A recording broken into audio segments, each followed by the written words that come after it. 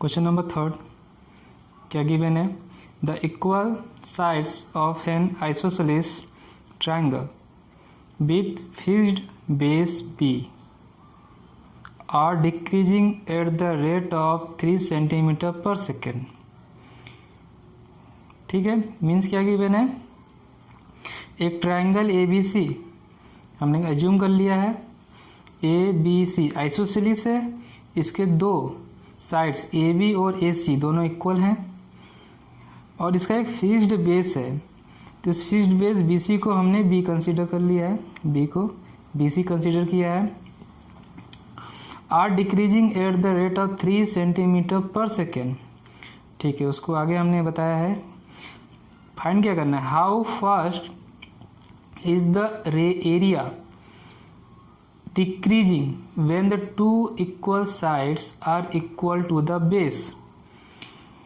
ये दोनों जो साइड हैं ए बी ए सी जिसको हमने x कंसीडर किया है वो किसके इक्वल हो जाए? बेस बी सी, मतलब x इक्वल किसके हो जाए? b के, स्मॉल b के। तब how fast is the area decreasing, area किस रेट से डिक्रीज करेगा ये हमें फाइंड करना है। ठीक है, derivative of A with respect to time. यहाँ से क्लियर हो रहा है कि विथ रिस्पेक्ट टू टाइम हमें फाइंड करना है, क्योंकि जो साइड्स का डिक्रीमेंट दिया हुआ है, डिक्रीजिंग रेट दिया हुआ है वो विथ रिस्पेक्ट टू टाइम, तो हम एरिया का भी डिक्रीजिंग रेट जो है वो फाइंड करेंगे with respect to time. D A upon D T find करना है, derivative A with respect to T. तो क्वेश्चन समझ में आ गया होगा आपको। एरिया फाइंड करने के लिए किसी ट्राइंगल का हमें क्या चाहिए? Base half into base into height, half into base into height. तो बेस तो बी गिवन है, हाइट नहीं गिवन है, तो ये कंस्ट्रक्शन कर लेंगे।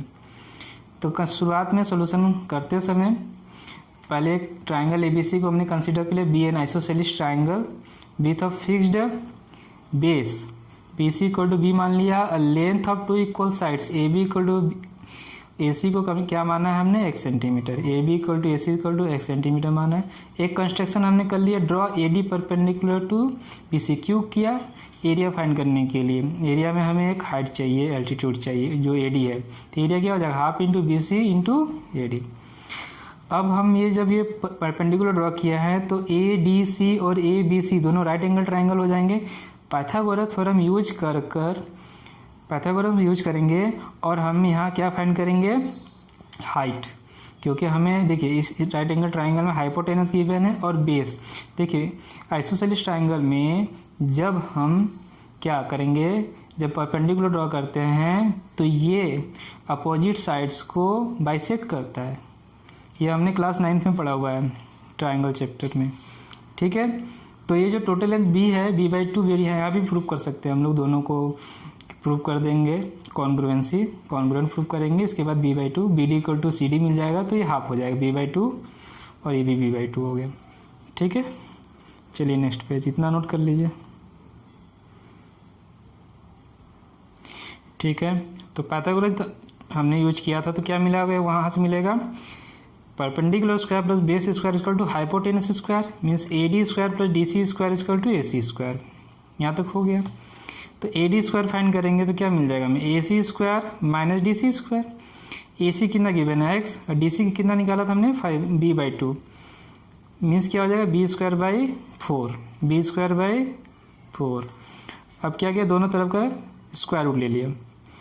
ए D equal to under root X square minus B square by 4।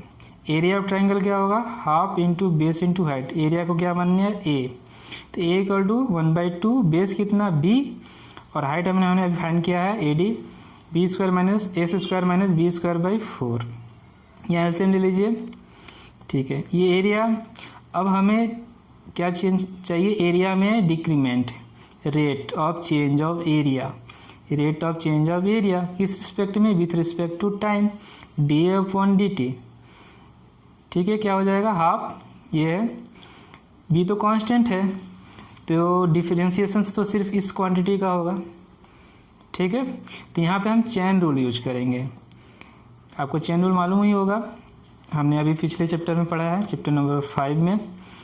तो सबसे पहले किसका डेरिवेटिव करेंगे? डिफरेंशिएशन करेंगे, पावर।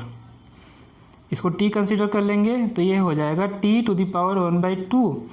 जब इसका डिफ्रेंसिएशन करेंगे क्या हो जाएगा 1/2 into T to the power -1/2 हो गया। टी कंसीडर करके इसको कर लिया हमने डिफ्रेंसिएशन।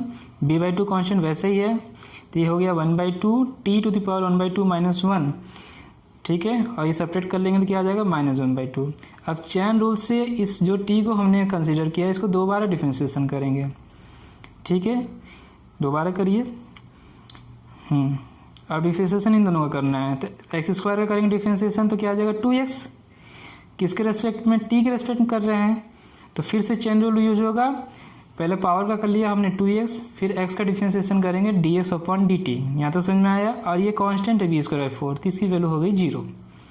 ये भी चेन रूल से हमने किया है। यहाँ तो समझ में आ गया आप लोग को, ठीक है। अब इसको मल्टीप्लिकेशन को सिंप्लीफाई कर लीजिए। देखिए ये कितना -1/2 ये रूट में आएगा और ये 4, ठीक है। ये 4 का रूट आप निकालेंगे तो 2 आ जाएगा और माइनस है तो रेसिप्रोकल हो जाएगा। तो 4 का अंडर रूट आया था 2, रेसिप्रोकल हुआ नेगेटिव साइन की वजह से तो ये ऊपर चला जाएगा। तो 2 ऊपर चला गया 4 का अंडर रूट 2। ये 2x यहाँ से आया, ठीक है। और dx/dt यहाँ तो समझ में आ ही गया होगा। अब देखिए क्वेश्चन में गिवन है एल्टीट्यूड जो इक्वल साइड्स थे उनका rate of decreasing rate given था 3 सेंटीमीटर पर सेकेंड। डिक्रीजिंग था इसलिए निगेटिव साइन लगाया। निगेटिव साइन क्या रिप्रेजेंट करता है? Decreasing rate. dx/dt क्या हो गया -3 centimetre per second. Negative sign क्या रिप्रेजेंट करता है? Decreasing rate. यहाँ तक नोट कर लीजिए, ठीक है। अभी क्या करेंगे? Derivative of x with respect to t इसका वैल्यू पुट करेंगे -3 और ये 4 कैंसिल हो जाएगा तो क्या बचेगा bx/4x² b²। यहाँ तक क्लियर है। -3 का इसमें मल्टीप्लिकेशन कर दीजिए -3bx² 4x² क्वेश्चन में गिवन है कि हमें एरिया का डिक्रीजिंग रेट तो फाइंड करना है, लेकिन कब?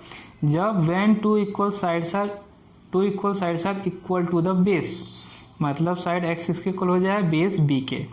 ये गिवन है बेस b है तो हमने क्या पुट करेंगे x = b।